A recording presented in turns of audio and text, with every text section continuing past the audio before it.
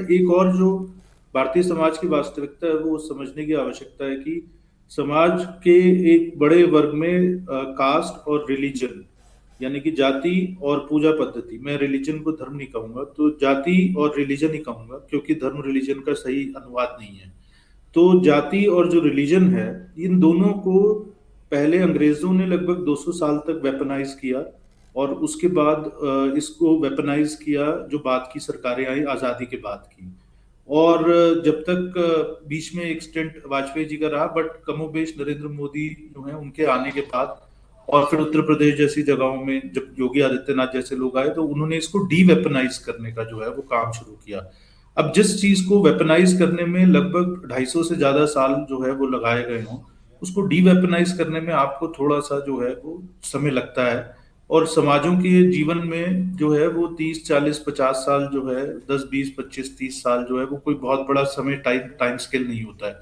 जब आपको समाज के अंदर एक फंडामेंटल चेंज करना होता है मीनाक्षी जी, तो आपको समाज, और खासकर भारत जैसे जो बड़ा बड़ा जो समाज है, और उत्तर प्रदेश जैसा एक बड़ा जो अपने आप में ही दुनिया भर में छठा या सातवां एक तरीके से देश हो सकता है अपनी जनसंख्या और आदि की दृष्टि से, तो उसमें जो है वो समाज के बिहेवियरल पैटर्न को चेंज करने के अंदर जो है एक समय लगता है। इनफैक्ट मैं आपको एक छोटी सी इंटरेस्टिंग चीज बताता हूँ। मैं अभी डेटा पढ़ रहा था जो है कि पिछले उत्तर प्रदेश के चुनावों में पसमांदा मुस्लिम्स ने जिस तरीके से वोट किया, और जिस तरीके से अभी पश्चिम बंगाल के, मेरे पास डेटा है उसका, तो उसमें जिस तरीके से मुस्लिम्स जो है वो वोट कर रहे हैं, तो मुस्लिम वोट का कंसोलिडेशन एक एंटी बीजेपी फॉर्मेट में टूट रहा है। इसी तरीके से जातिगत आधार पर भी बहुत सारे लोग जो अर्बनाइज्ड हो रहे हैं, और तो उनकी जो सोच है वो, जैसे आपने आंकड़ा दिखाया, तो मैं सोच रहा था कि सारे लोग ब्राह्मणों की तरफ वोट नहीं कर रहे हैं, या सारे लोग यादव मान के वोट नहीं कर रहे हैं।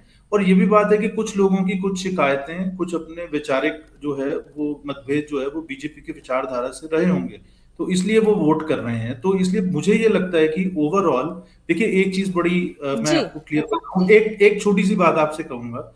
नरेंद्र मोदी हो या योगी आदित्यनाथ हो, इन लोगों की सक्सेस का कारण ये है कि सिर्फ हमारे यहाँ सनातन परंपरा में जो कहा जाता है वो ये है कि तीन चीजें अगर आपके पास हैं तो सक्सेस निश्चित है। वो है clarity of thought, sincerity, clarity of thought, purity in heart, and sincerity in action. मुझे ये लगता है कि ये तीन चीजों का जो कॉम्बिनेशन है ये ओवरराइड कर रहा है बेसिकली सारी चीजें। फैज खान जी, क्या आप भी ये मानते हैं? क्योंकि अदर देन ओबीसी जो कुर्मी वोट है वो बीजेपी के पाले में रहा।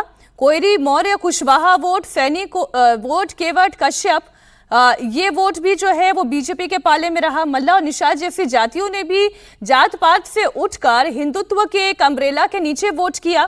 तो आपको लगता है कि क्या जो 2017 2022 की हम बात करें, कुछ उसी तरीके की तस्वीर 2027 में दिखाई दे सकती है? देखिए मीनाक्षी जी, इस कार्यक्रम का नाम राजधर्म है और शिव जी पर और सोमनाथ पे चर्चा हो रही है। थोड़ा मैं उसी अंदाज में आपको बताना चाहूंगा। यदि आप शिव जी को भी देखें तो पहाड़ों के वो निवासी हैं। यदि आप कृष्ण जी को देखें तो उन्हें गौ सेवक समाज से उन्हें जोड़ा जाता है। राम जी को देखें तो राम जी की सेना में कोई केवट है, कोई कुर्मी है, कोई नाव चलाने वाला है, कोई मल्लाहा है, कोई जुलाहा है, कोई वनवासी है, सब है। तो आप ये देखेंगे कि राम जी, कृष्ण जी, शिव जी, इनकी जब सेना बनती है, इनके जब अनुयायी बनते हैं तो उसमें सब धर्मों के लोग रहते हैं।